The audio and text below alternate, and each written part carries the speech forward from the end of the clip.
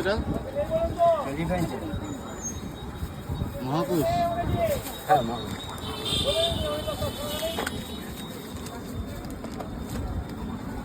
আপনারটা পার্সেল হয়ে গেল? আমাদের শুরু থেকেই প্যাকেটের তেল দিয়েই কাজ করি। মানে মহাকুশের? হ্যাঁ, কোনো লুজ তেলের কাজ করি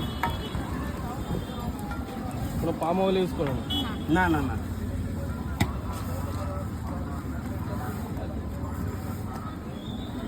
আজকে কটা অবধি বসবেন?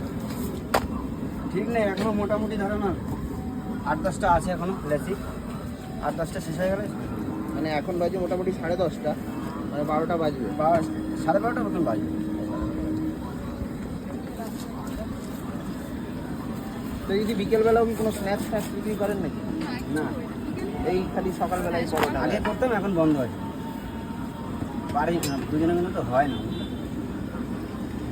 দুজন মিলে হয় না। তারপরে এখানে বসানোর একটা সমস্যা আছে, বিকেলে এখানে অন্য লোক বসতে বসে। দেয় না, একটা জায়গাতে দুজন করে খায়, দুজনের পেট চলে। আমি চলে যাবো আর একজন রুটি নিয়ে ঢুকবো। আচ্ছা, বিকেল বেলায়। আটা রুটি করেছি। দিদি এটা কত কেজি পরোটা বানাচ্ছ? এই 600-450 গ্রাম হবে।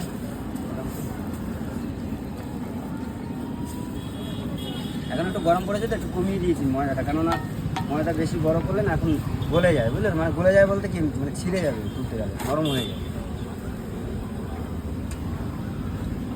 দিদি একদম এক্সপার্ট, তাই তো? পরোটা বেলা আর ভাজার দিক থেকে। টাইট থাকে।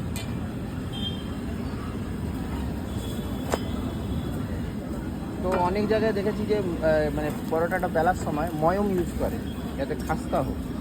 তো আপনাদেরটাও ওরকম কিছু থাকে? না না না না, ময়ম দেন না? খাস্তা হলে কি করে হবে? এটা খাস্তা না, এটা নরম করতে হবে, তুলতুলে করতে হবে। আচ্ছা। খাস্তা করার জন্য ময়ান ব্যবহার করে না, খাস্তা ব্যবহারের জন্য ছোড়া ব্যবহার করে, খাবার ছোড়া।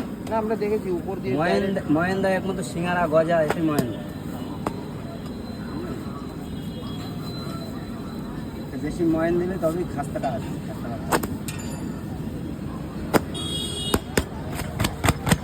বাহ,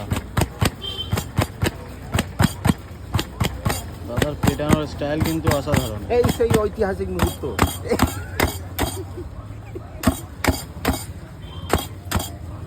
খাবে দাদা? খাবে? বস। ঝরে ঝরে পড়বে আর কি।